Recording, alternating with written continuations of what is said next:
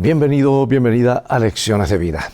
Durante los próximos 3 meses estaremos estudiando los libros de Filipenses y Colosenses bajo el lema Unir el cielo y la tierra. Cristo como centro de estos 2 libros. Pablo enfrentó muchas pruebas y tribulaciones mientras difundía el mensaje de salvación de Dios.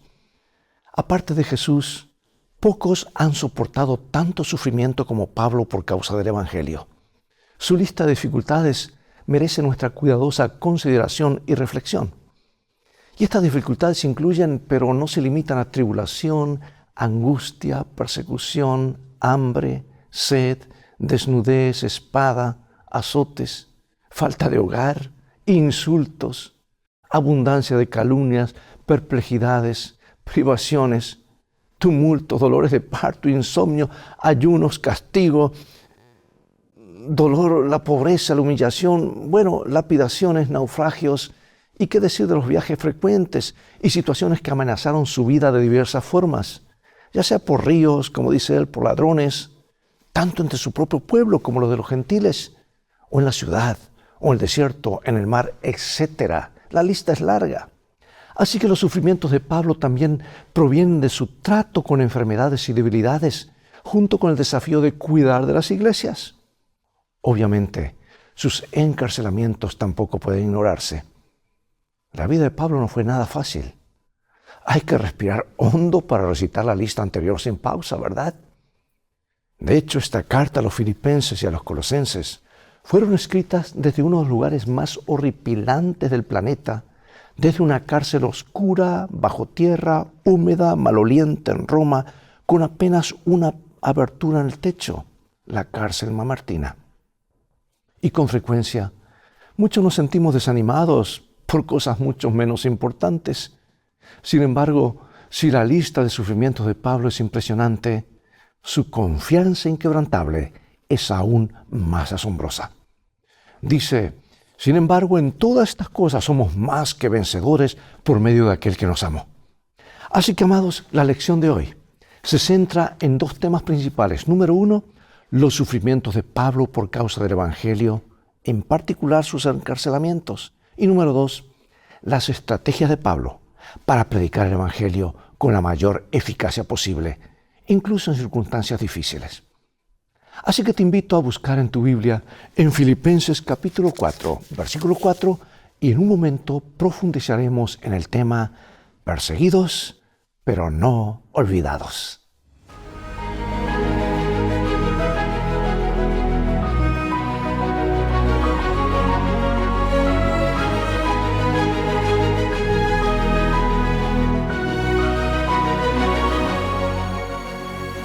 Leo en Filipenses capítulo 4, versículo 4. Regocijaos en el Señor siempre. Otra vez os digo, regocijaos. Un pastor adventista encarcelado por cargos falsos pasó casi 2 años entre rejas. Y aunque al principio estaba muy perplejo, se dio cuenta de que la prisión era el campo misionero que Dios le había dado.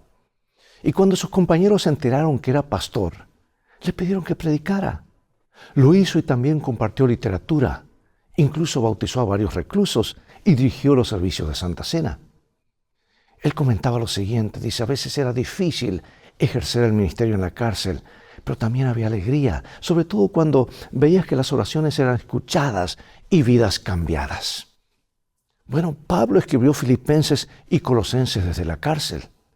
De hecho, en la misma Filipos, después de que Pablo y Silas fueran acusados injustamente, el carcelero los aseguró sus pies en el cepo. Y a medianoche oraban y cantaban himnos a Dios, y los presos los oían. Verdaderamente sabían regocijarse siempre. Así que hoy analizaremos las circunstancias que enfrentó Pablo. Él vio un propósito más grande para lo que le sucedió y tal vez podamos aprender de él cuando enfrentemos pruebas. La carta de Filipenses y Colosenses son conocidas como las epístolas de la prisión, pero fueron escritas mientras Pablo estaba preso. Las otras cartas de la prisión son Efesios y Filemón. La mayoría de los comentaristas creen que fueron escritas mientras Pablo estaba en Roma entre los años 60 y 62 después de Cristo. Ahora veamos qué importancia tiene la forma en que Pablo escribe o describe su encarcelamiento. Vamos a Efesios capítulo 3 y Filemón capítulo 1. Y nos dice así: Por esta causa yo, Pablo, prisionero de Cristo Jesús, por vosotros los gentiles.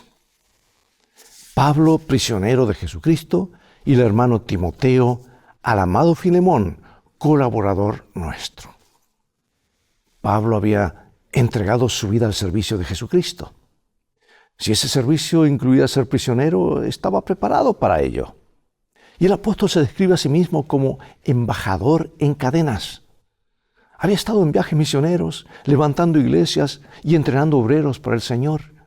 Y podía haberse preguntado, ¿por qué estoy aquí cuando podía hacer mucho más sin estas cadenas?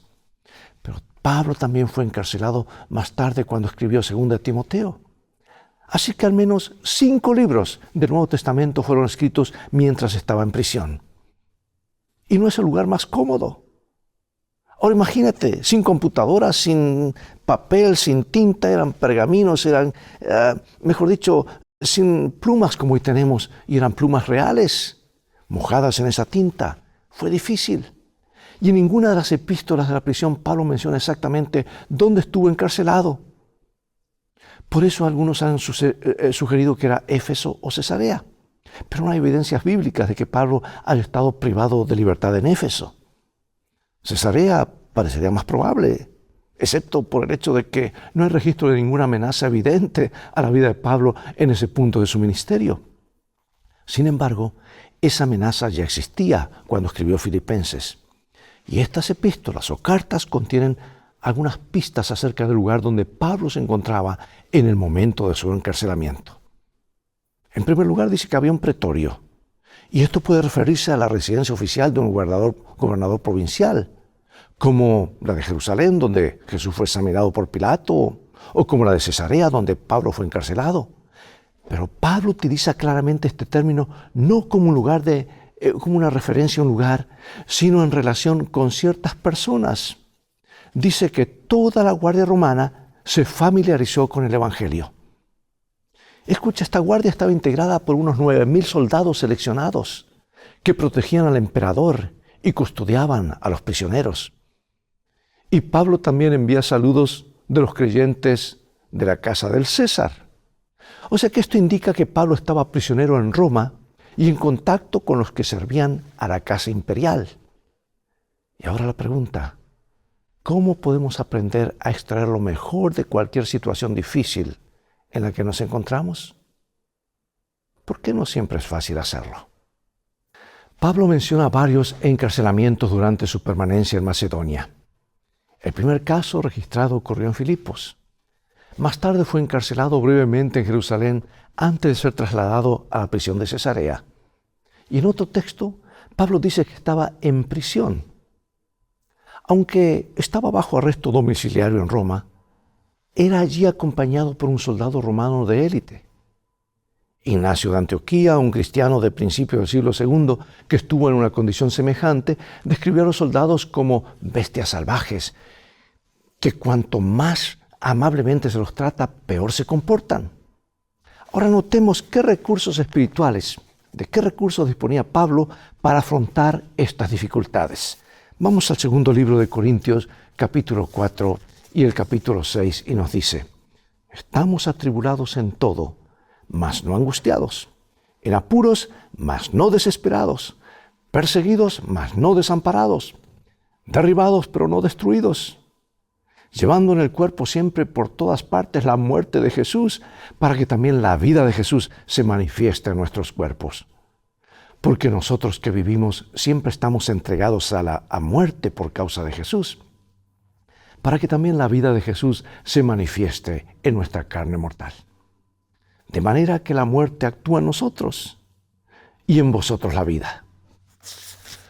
No damos a nadie ninguna ocasión de tropiezo para que nuestro ministerio no sea vituperado. Antes bien, nos recomendamos en todo como ministros de Dios en mucha paciencia, en tribulaciones, en necesidades, en angustias, en azotes, en cárceles, en tumultos, en trabajos, en desvelos, en ayunos, en pureza, en ciencia, en longanimidad, en bondad, en el Espíritu Santo, en amor sincero, en palabras de verdad, en poder de Dios, con armas de justicia a diestra y a siniestra.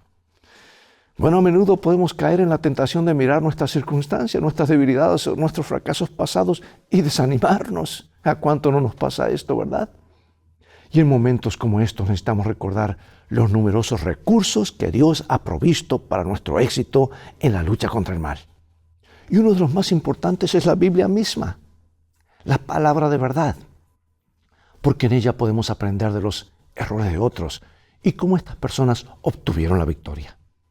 Y además, el Espíritu Santo, como comenta Ellen White, aquí en este libro maravilloso, El deseado de todas las gentes, dice así: hace eficaz lo que ha sido realizado por el Redentor del mundo.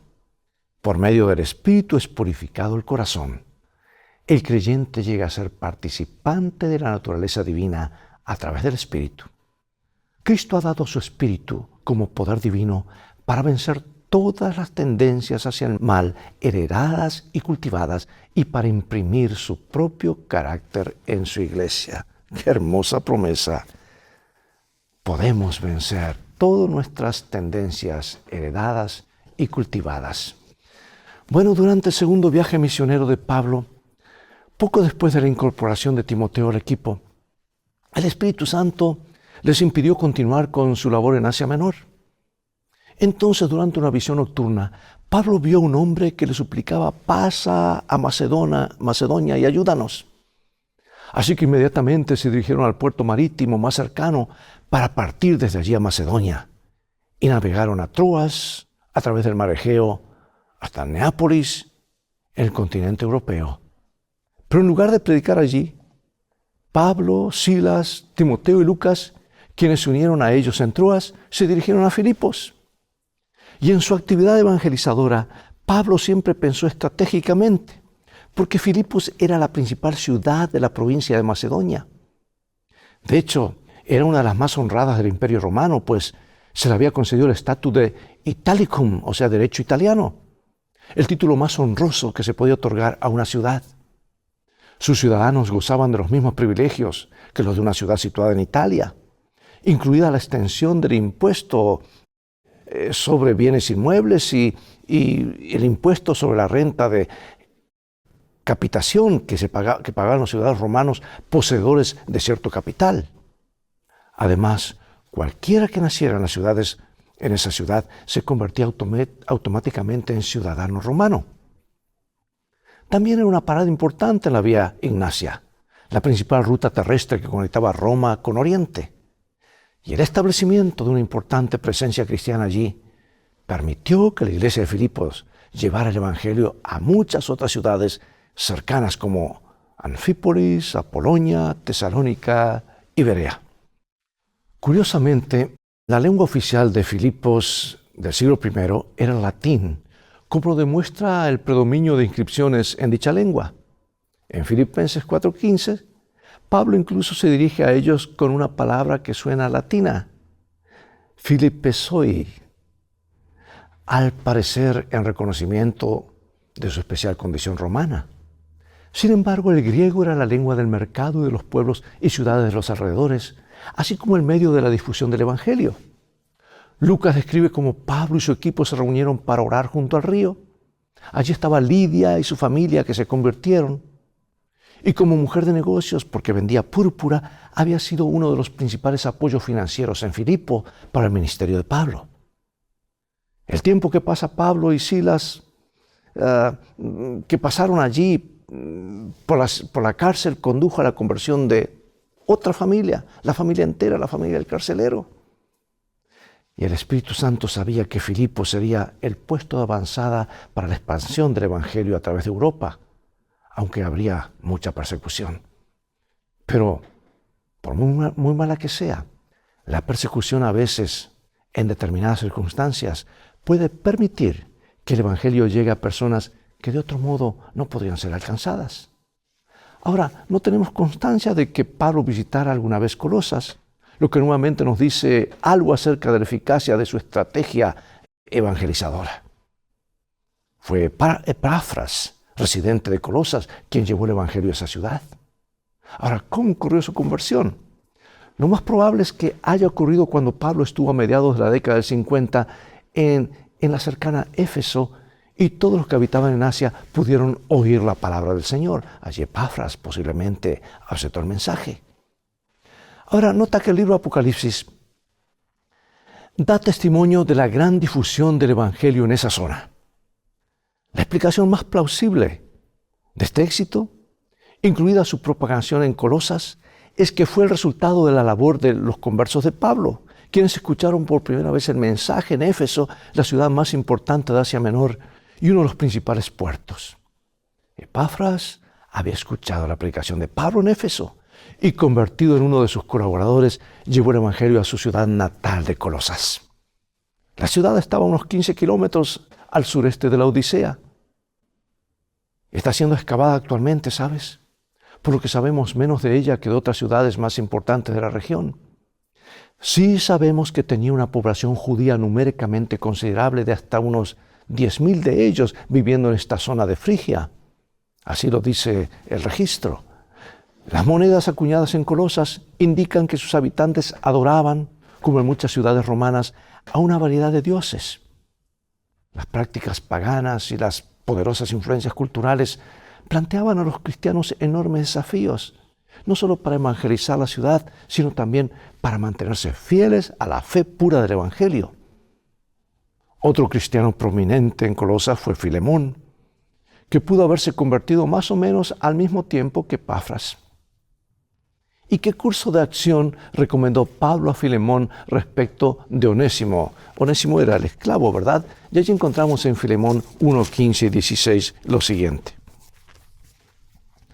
Porque quizá para esto se apartó de ti por algún tiempo, para que le recibieses para siempre, no ya como esclavo, sino como, más que esclavo, como hermano amado, mayormente para mí. Pero cuanto más a ti, tanto en la carne como en el Señor. Aunque la ley romana obligaba a Pablo a devolver a Onésimo a Filemón, porque Onésimo fue a buscar a Pablo, ¿verdad? El apóstol apela al corazón y a la conciencia de Filemón como compañero creyente y lo insta a tratar a Onésimo como un hermano, no como un esclavo. Y allí tenemos que el apóstol Pablo era bien práctico en lo que hacía. Veamos ahora las iglesias de Filipos y Colosas. ¿Cómo son descritas? ¿Y qué significa esta descripción? Vamos a Filipenses 1 y Colosenses 1. Dice: Pablo y Timoteo, siervos de Jesucristo, a todos los santos en Cristo Jesús que están en Filipos, con los obispos y diáconos, gracia y paz a vosotros de Dios nuestro Padre y del Señor Jesucristo. Pablo, apóstol de Jesucristo, por la voluntad de Dios, y el hermano Timoteo, a los santos y fieles hermanos en Cristo que están en Colosas, gracia y paz sean a vosotros de Dios nuestro Padre y del Señor Jesucristo. Bueno, este es el típico saludo epistolar. Pablo llama a los cristianos santos, lo que significa que fueron apartados como pueblo, consagrados como pueblo especial de Dios en virtud del bautismo, así como Israel lo había sido antes como nación santa por medio de la circuncisión. Y esto no tiene absolutamente nada que ver con la práctica de la Iglesia romana de canonizar a las personas como santos. Ahora, también es interesante el paralelismo entre los saludos de estas dos epístolas, porque Pablo se refiere a obispos, que en griego quiere decir episcopos, literalmente supervisores, y diáconos, en Filipos, y hermanos y santos fieles en Cristo, en Colosas. Por eso cuando el Nuevo Testamento habla de hermanos fieles, se refiere a quienes tienen un ministerio específico en la iglesia, o sea, oficiales de iglesia diríamos hoy, ¿verdad? Por lo tanto, parece que Pablo se está dirigiendo no solo a los miembros de la iglesia en estas ciudades, sino también a sus líderes. La iglesia ya estaba organizada. Y la referencia a cargos descritos más específicamente en otros lugares da testimonio de la existencia y la importancia de la organización desde el período más temprano de la iglesia. Formar colaboradores como Timoteo y Epafras y proveer para el liderazgo de las iglesias locales era una prioridad para Pablo, pues ello le permitía extender su alcance evangelizador. En otras palabras, había un enfoque estratégico, tanto para la evangelización como para la retención. ¿Sabes tú que nuestros pioneros adventistas siguieron el modelo neotestamentario de organización eclesiástica, como muestran muchos artículos de la Review and Herald de la década de 1850? De hecho, Jaime White dijo lo siguiente. Dijo él: el orden divino del Nuevo Testamento es suficiente para organizar la Iglesia de Cristo. Si se necesitara más, habría sido provisto por inspiración.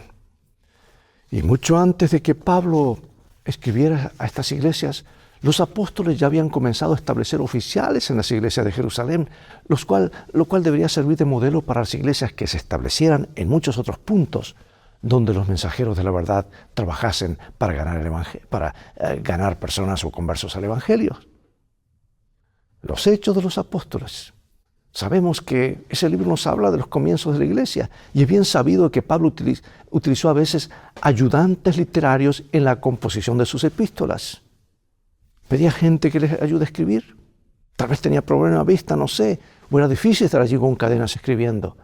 Y Timoteo también es mencionado como asistente editorial en otros lugares.